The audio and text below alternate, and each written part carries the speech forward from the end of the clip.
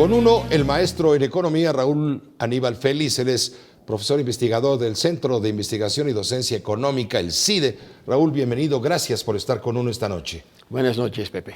A ver, hay la percepción de que cuando nuestro peso se deprecia, nos sentimos más pobres. ¿Qué está pasando? Vamos por partes. Primero, el yuan. ¿Por qué provoca un sismo? ¿Por qué sacude a las divisas? Mira, lo primero es entender que el yuan hasta ayer era tal vez la única moneda importante del mundo que se había mantenido estable con respecto al dólar. El movimiento que está teniendo el dólar no es un movimiento exclusivo con el peso mexicano. De hecho, el dólar ha venido subiendo de valor contra el euro, contra el dólar canadiense, que es nuestro socio comercial en el Tratado de Libre Comercio, contra el real brasileño de una forma espectacular, en general contra todas las divisas que tú quieras mencionar. El yuan chino era quizás la única de las importantes que se había mantenido a la par con el dólar. Pero esto no es gratis. Las consecuencias de tener una moneda fuerte en un entorno como el que hoy se vive en la economía mundial es que los productos chinos, que son famosos por ser baratos, comenzaron a hacerse caros.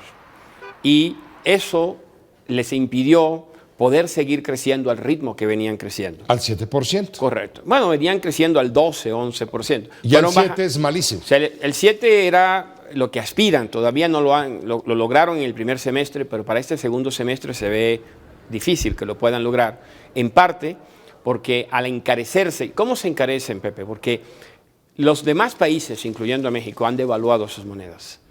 Y a ellos mantener su moneda a la par con el dólar se vuelven relativamente más caros. Quiere decir que los productos que exporta China a los Estados Unidos y a Europa son más caros relativamente a los que exporta México o a los que exporta Brasil o a los que exporta, por ejemplo, Singapur o lo que exporta Malasia. Eso les estaba costando.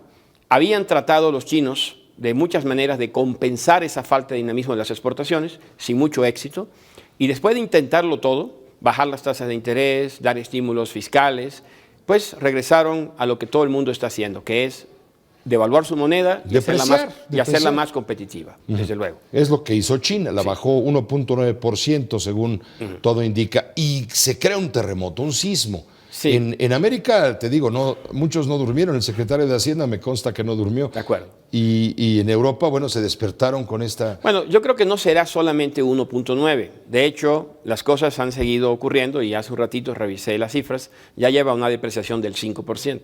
Es decir, ya va otro 3% en unas 24 horas.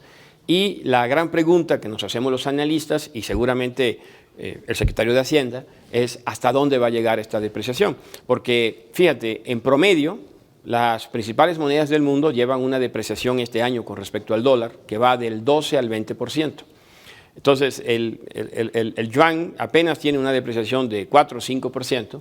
Y la pregunta es si esto va a llegar, como en el caso de las otras monedas, a un 15 o a un 20.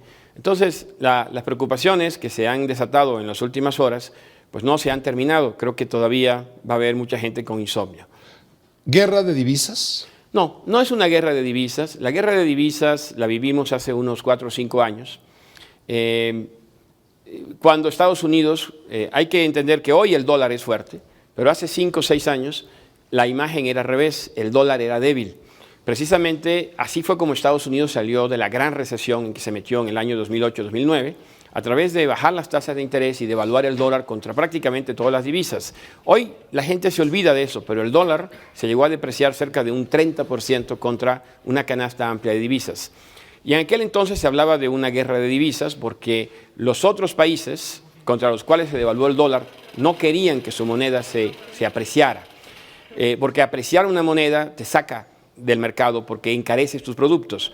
Hoy sería una guerra al revés, es decir, los países que compiten con el dólar, o sea, Estados Unidos hoy por hoy, yo creo que esa es la razón, la raíz del problema. Hoy por hoy Estados Unidos es la región económica que está pasando por el mejor momento. La economía crece, no de forma muy vigorosa, pero crece en Estados Unidos y se espera que vaya a acelerar su crecimiento en los próximos meses. Entonces todo el mundo quiere vender en Estados Unidos, todo el mundo quiere acceder al mercado norteamericano. Entonces por eso es que están abaratando sus monedas. Y el último que lo está haciendo es China. ¿Hay peligro? ¿Esto va a influir en la decisión que tome la Reserva Federal estadounidense de aumentar las tasas de interés anunciada para me parece que es Para el 17 de septiembre. Mira, China es diferente de México y diferente de una economía como Canadá incluso, o como Australia, y otras economías más pequeñas por su tamaño. Estamos hablando de una economía que es 2/3 partes del tamaño de la norteamericana, la segunda más grande del mundo, y por su crecimiento tal vez es la economía que más influye en los mercados como el petróleo, como los metales, como los alimentos. Entonces, no es algo que la Reserva Federal de los Estados Unidos pueda ignorar, como diciendo es un efecto marginal en una economía marginal, no lo es. Es un tema que van a tener que ponderar, falta un mes y medio, yo creo que van a observar los datos. La decisión que han tomado, me parece a mí hasta ahora, es subir las tasas, comenzar a subir las tasas en septiembre, pero si esta situación se agrava, si esto trae consecuencias imprevistas, negativas, pues podría ser uno de los factores que lleve a que se posponga la decisión. ¿Y a nosotros qué? Mira, a nosotros nos afecta de varias maneras la situación de China. Uno, China es un competidor nuestro. Nosotros vendemos 80-85% de nuestros productos en el mercado norteamericano.